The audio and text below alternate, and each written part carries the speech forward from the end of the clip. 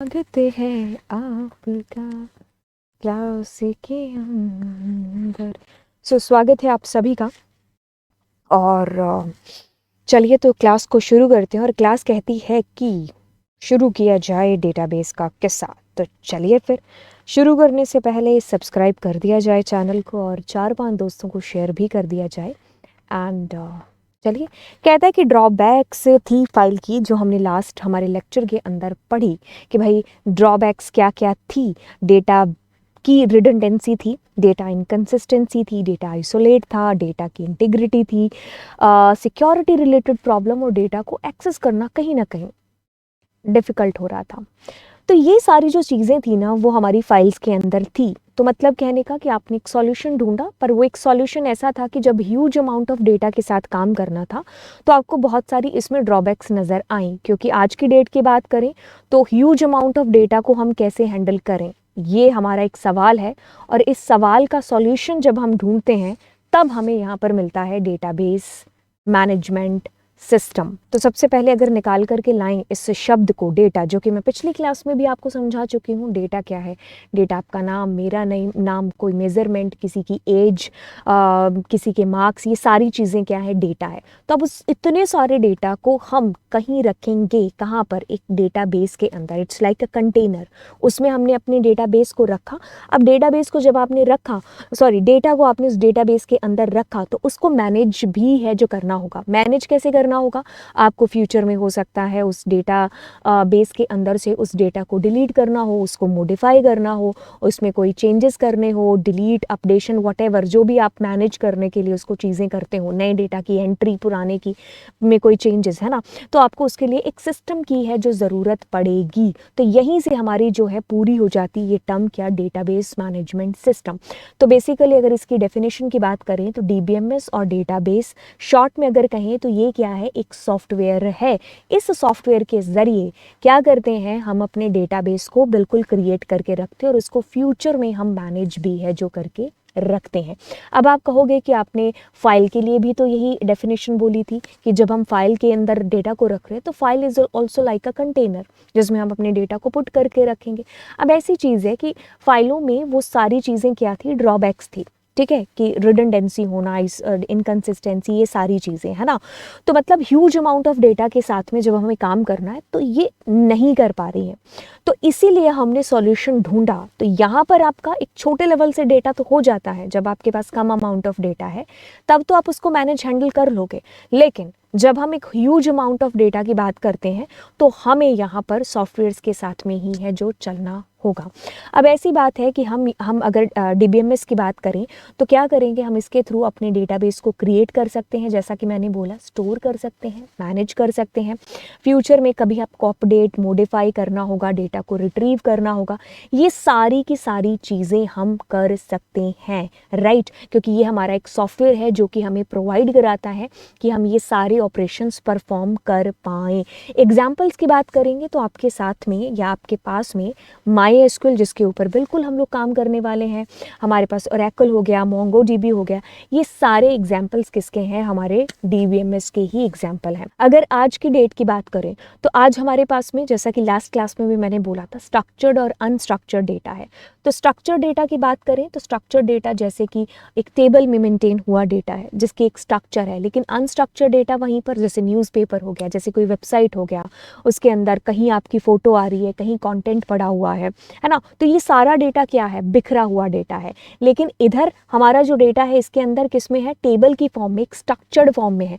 तो वैसी ही स्ट्रक्चर हम यहाँ पर भी है जो यूज़ कर रहे हैं। तो हम यहाँ पर जिस डीबीएमएस की बात करेंगे वो हमारा है रिलेशनल डेटाबेस मैनेजमेंट।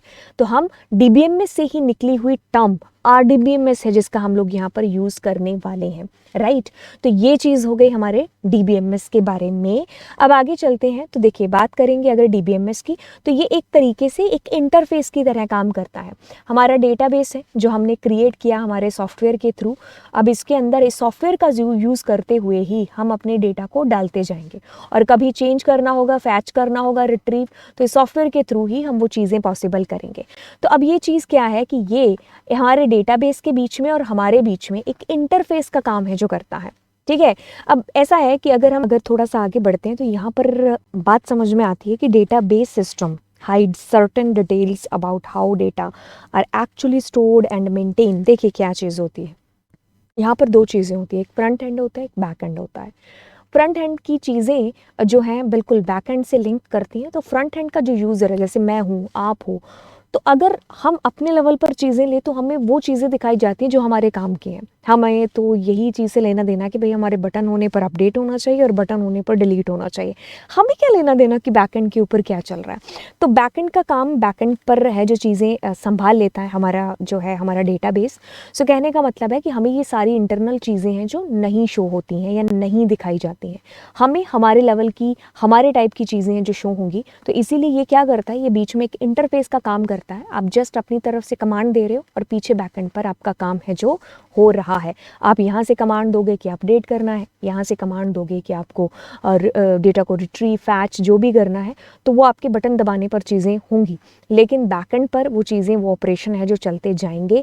हमारे डेटा को फैच करना, हमारे डेटा के अंदर कोई भी चेंज करना, तो वो इंटरनल चीज़ें हमें नहीं दिखाई जाएंगी। अब बात आती है नेक्स्ट एग्जाम्पल की। देखिए लास्ट क्लास को थोड़ा सा याद है ना आपको, लास्ट क्लास की बात करें तो लास्ट क्लास के अंदर हमने काफ़ी चीज़ें की थी, जिसके अंदर मैंने आपको ये चीज़ बताई थी कि भाई अगर आपके पास में काफ़ी सारी फाइलें हैं, ठीक है, अब उसके अंदर अगर बच्चा आकर के कहता है कि भाई मेरा जो है नेम चेंज कर दो या फिर मेरा रोल नंबर चेंज कर दो, तो एक फ़ाइल के अंदर आपने रिकॉर्ड को चेंज किया लेकिन बाकियों में तो नहीं हुआ ना। वो एक में आपने उसका नाम चेंज कर दिया या उसका एड्रेस चेंज कर दिया, बट बाकियों के अंदर तो उसका नाम वैसे का वैसे ही था। तो यानी कि आपको वो जो सारी कमियां वहाँ पर आपको शो कराई थी ना, जो कमियां सारी आपको बताई थी, वो सारी की सारी जो कमियां थी वो यहाँ पर इसकी एडवांटेजेस बन करके आई हैं डेटाबेस के अंदर। देखिए बात ऐसी होती है कि यहाँ पर आपका एक सेंट्रल जो डेटाबेस है, अगर आप उसके अंदर चेंज करते हो ना, तो वो आपको हर जगह ही डिस्प्ले होगा। तो कहने का मतलब है कि अगर आपका सीबीएसई का रिजल्ट आया है, ठीक है, तो आपके अगर जो है मार्क्स आ गए, मान लीजिए 100 के अंदर से कुछ अच्छे ही दे देते हैं, चलो 99, आपने स्कूल में देखा तो आपके 99 आ रहे हैं, घर जाकर के जो है ये कुछ उल्टा ही हो जाता है 99 का।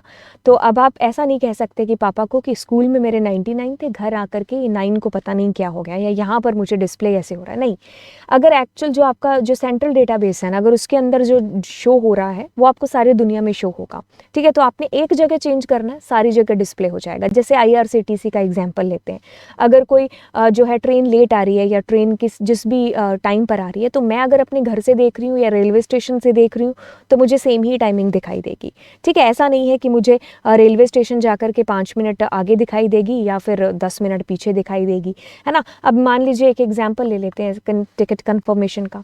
आपने मान लीजिए चंडीगढ़ से दिल्ली के लिए कोई टिकट बुक कराई, अब आप जाते हो आंटी के पास में और पूछते हो कि मेरी टिकट कंफर्म हुई कि नहीं हुई। अब वो इस डेटाबेस के अंदर से देखते हैं और कहते हैं कि कंफर्म तो नहीं हुई है, ठीक है। अब आप या तो शाना समझते हो या ज़्यादा भोले हो, अंकल के पास जाते हो, बोलते हो भैया मेरा, अंकल या भैया जो है चेक करके बताओ कि भाई मेरी जो टिकट है वो कंफर्म हुई कि नहीं हुई।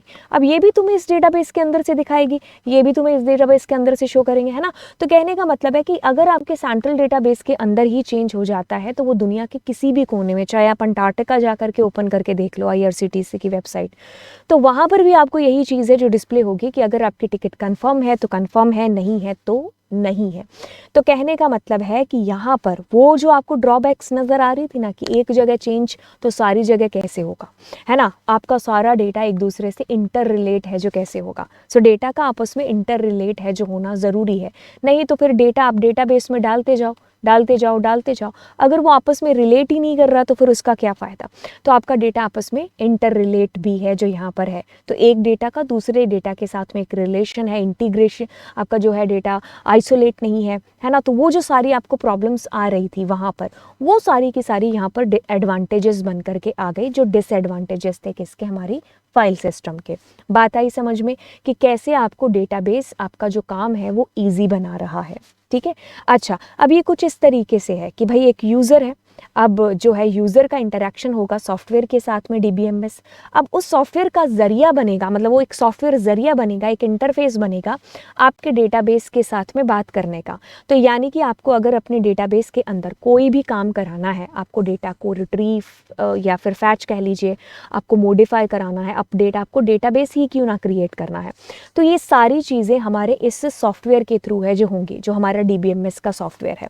कहता है कि DBMS serves as an interface between database and the end user. बिल्कुल एक ये एक इंटरफेस की तरह, एक ब्रिज की तरह है जो काम करेगा।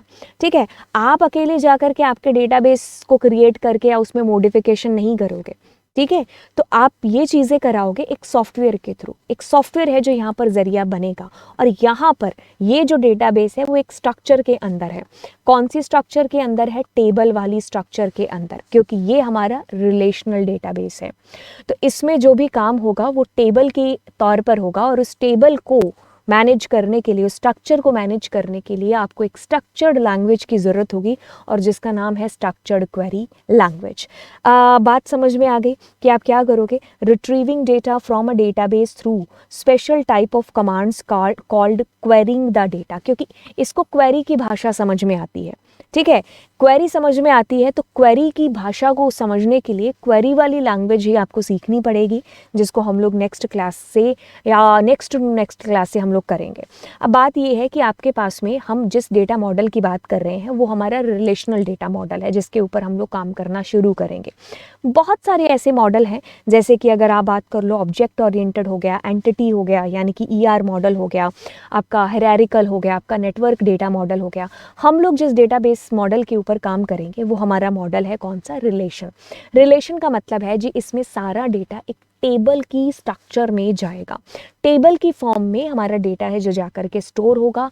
टेबल के थ्रू ही हम उसको फैच कर पाएंगे, उसमें चेंजेस कर पाएंगे, क्योंकि टेबल में जब हमारा डेटा स्टोर है ना, तो ये एक बहुत ही कॉमन चीज़ हो जाती है। और दूसरी चीज़ कि ज़्यादा जो है सही रहता है हमारा डेटा टेबल के अंदर, ठीक है, बजाय कि किसी और फॉर्म के। तो ये अलग अलग जो है टाइप्स हैं, लेकिन हम यहाँ पर जो मोस्ट पॉपुलर जो मॉडल है उसको हम लोग यूज़ करेंगे, which is relational data model. ठीक है, तो ये चीज़ हो गई। अब हम अगली क्लास के अंदर चीज़ें और आगे देखेंगे, तो चलिए फिर रिलेशनल डेटा मॉडल को ही देखेंगे। खैर, हम अगली क्लास में इसी के आगे की चीज़ें कि रिलेशन से क्या मतलब है और टेबल के अंदर क्या क्या चीज़ें होती हैं।